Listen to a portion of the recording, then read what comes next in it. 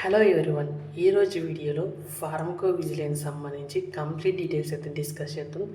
ఇలా మనం pharmaco vigilance అంటే ఏంటి, దానికి సర్టిఫికేట్స్, ఏ కంపెనీస్ రిక్రూట్ చేస్తే, రెజ్యూమ్ టిప్స్, అలాగే ఇంటర్వ్యూ క్వశ్చన్స్ గురించి అలాగే శాలరీ యొక్క రేంజ్ గురించి అయితే డిస్కస్ చేద్దాం.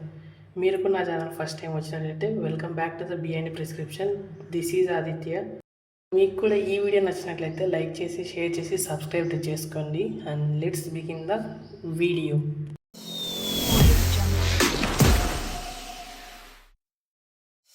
ఫస్ట్ అయితే ఫార్మకో విజిలెన్స్ అసలు ఎలా వచ్చింది డిస్కస్ చేద్దాం. సో ఈ 1950s ప్రెగ్నెంట్ ఉమెన్లో థాలిడోమైడ్ అనే ఒక డ్రగ్ ఇచ్చేవారు. సో ఈ డ్రగ్ ఎందుకంటే మార్నింగ్ సిక్నెస్ అనేది తగ్గించడం కోసం. బట్ లేటర్ అని యూజ్ ఏం తెలిసిందంటే బేబీస్ యొక్క ఫార్మేషన్ లైక్ అబ్నార్మాలిటీస్గా లిమ్స్ ఫామ్ అవడం అలాంటివి జరుగుతున్నాయి.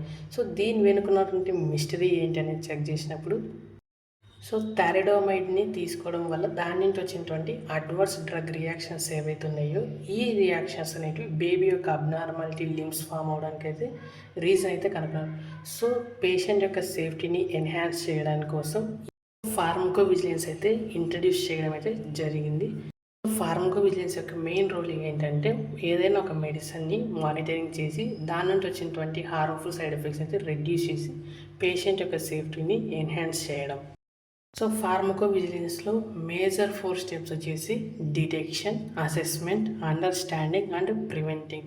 సో ఈ 4 స్టెప్స్తో అడ్వర్స్ డ్రగ్ రియాక్షన్స్ అయితే డిటెక్ట్ చేసేసి వాటిని అసెస్మెంట్ చేసి అండర్స్టాండింగ్ తర్వాత ఆ డ్రగ్ రియాక్షన్స్ని ప్రివెంట్ చేయడం.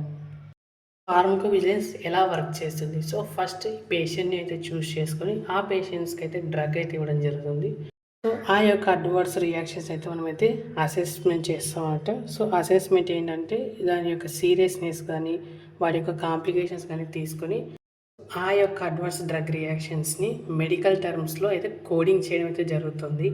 సో పీవీలో కామన్గా యూజ్ చేసేటువంటి కోడింగ్ ప్రోగ్రామ్స్ వచ్చేసి మెడ్రా కోడింగ్, అలాగే WHO డ్రగ్ డిక్షనరీ యొక్క కోడింగ్ అయితే యూజ్ చేస్తారు. సో కోడింగ్ కంప్లీట్ అయిన తర్వాత ఈ యొక్క రిపోర్ట్ని హెల్త్ అథారిటీస్కి అయితే సబ్మిట్ చేయడం అయితే జరుగుతుంది. ఆ రిపోర్ట్ బేస్ చేసుకొని హెల్త్ అథారిటీస్ అయితే పేషెంట్ యొక్క సేఫ్టీ అలాగే పబ్లిక్ హెల్త్ యొక్క సేఫ్టీని అయితే ఇంక్రీజ్ చేయడం అయితే జరుగుతుంది.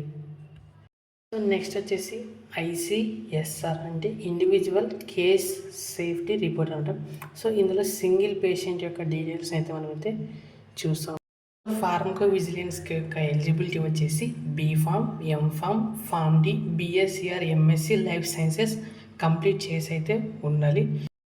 So next entry level of pharmacovigilance job వచ్చేసి pharmacovigilance associate, drug safety associate, medical reviewer. So next with experience senior pharmacovigilance associate, pharmacovigilance manager లాంటి job roles అయితే చేయొచ్చు. Pharmacovigilance కావాల్సినటువంటి skills వచ్చేసి medical terminology, communication skills, documentation skills అయితే కావాలి. వీటితో పాటు technical skills like Microsoft Office అనమాట, లైక్ MS వర్డ్ కానీ, MS ఎక్సెల్ కానీ, MS పవర్ పాయింట్ అయితే డెఫినెట్గా తెలిసి ఉండాలి. దీనితో పాటు individual case safety report, case processing అయితే తెలిసి ఉండాలి. సో నెక్స్ట్ 2 మెయిన్ స్కిల్స్ ఫార్మకో విజిలెన్స్కి వచ్చేసి కోడింగ్ స్కిల్స్ అయితే తెలిసి ఉండాలి. లైక్ మెడ్రా కోడింగ్ అలాగే WHO డ్రగ్ సేఫ్టీ కోడింగ్ అయితే తెలిసి ఉండాలి. సో నెక్స్ట్ ఫార్మకో విజిలెన్స్లో యూజ్ చేసేటువంటి డేటాబేసెస్ వచ్చేసి ఆర్గస్, తర్వాత ARIS-G, తర్వాత వివా వాల్ట్ సేఫ్టీ అయితే యూజ్ చేస్తాం. ఈ స్కిల్స్తో పాటు మన సబ్జెక్ట్స్ నాలెడ్జ్ వచ్చేసి pharmacology, clinical pharmacy, clinical research గురించి అయితే బేసిక్ ఐడియాస్ అయితే డెఫినెట్గా ఉండాలి. అండ్ ఫార్మకాలజీలో mechanism of action, adverse effect of drugs అయితే మేజర్గా తెలిసి ఉండాలి. సో నెక్స్ట్ వచ్చేసి సర్టిఫికేషన్. ఈ సర్టిఫికేషన్ మన రెజ్యూమ్లో యాడ్ చేయడం వల్ల మన యొక్క ఛాన్స్ ఆఫ్ సెలెక్షన్ అయితే ఇంక్రీజ్ అవ్వడం అయితే జరుగుతుంది. సో మనకి అవుట్ సైడ్ చాలా ఇన్స్టిట్యూట్స్ అయితే డిఫరెంట్ సర్టిఫికేట్స్ అయితే ఇష్యూ చేస్తాయి. అందులో బెస్ట్ సర్టిఫికేట్స్ వచ్చేసి IPC, DIA, IGMPA, JLI, UMC certificates అయితే మోర్ వ్యాలిడ్ అయితే ఉంటాయి. ఫ్రీగా వచ్చేసి కోర్సేరా లాంటి యాప్లో అయితే మీరైతే ఫ్రీగా PV సర్టిఫికేషన్ చేయొచ్చు. అలాగే యూడెమీ లాంటి యాప్లో అయితే పెయిడ్ సర్టిఫికేషన్ అయితే చేయొచ్చు. సో కొన్ని రెజ్యూమ్ టిప్స్ గురించి అయితే డిస్కస్ చేద్దాం. అందులో ఫస్ట్ ఫ్యాక్టర్ వచ్చేసి మీ యొక్క resume single page or 2 pages అంతకన్నా ఎక్కువైతే ఉంచొద్దు. సెకండ్ వచ్చేసి మీకు ఫార్మకోవిజిలెన్స్‌లో ఎలాంటి బేసిక్స్ ఉన్నాయి, ఎలాంటి కోడింగ్ ఐడియా ఉన్నాయి, లేదా ఎంఎస్ ఆఫీస్ సంబంధించి స్కిల్స్ ఏవి ఉన్నాయి కూడా అవి మాత్రం డెఫినెట్గా అయితే మెన్షన్ చేయండి. ఇన్ కేస్ మీకు ఐసీఎస్ఆర్ ప్రాసెసింగ్ వస్తే అది మెన్షన్ చేయొచ్చు. సో మీ యొక్క రెజ్యూమ్లో ఇలాంటి మిస్టేక్స్ అయితే చేయొద్దు, లైక్ స్పెల్లింగ్ మిస్టేక్స్ కానీ ఏదైనా సో లెంతీగా రాయడం అయితే చేయొద్దు. అలాగే మీ యొక్క ఫేక్ సర్టిఫికేషన్స్ అయితే రాయొద్దు. అలాగే ఈమెయిల్ ఐడీస్ ఏమైనా కూడా అన్ప్రొఫెషనల్గా ఉంటే వాటిని కూడా మెన్షన్ అయితే చేయొద్దండి.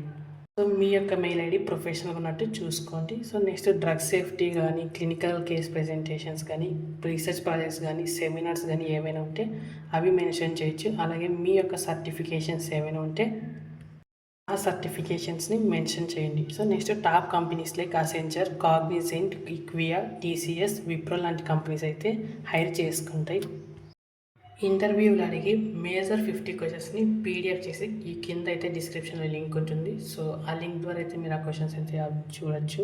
సో నెక్స్ట్ శాలరీ రేంజెస్ వచ్చేసి 3 lakhs నుంచి 5 lakhs పర్ యానం అయితే ఫ్రెషర్స్కి, అలాగే experience 6 lakhs to 12 lakhs per annum అయితే శాలరీ ఇండియాలో అయితే ఉంటుంది. ఇన్ అబ్రాడ్లో అయితే ఎక్కువగానే ఉంటుంది.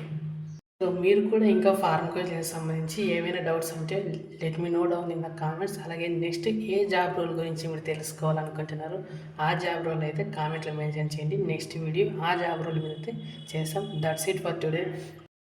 ఈ వీడియో నచ్చినట్లయితే ప్లీజ్ లైక్ చేసి, షేర్ చేసి, సబ్స్క్రైబ్ అయితే చేసుకోండి. So that's it for today. Thanks for watching. Subscribe to Behind a Prescription 46.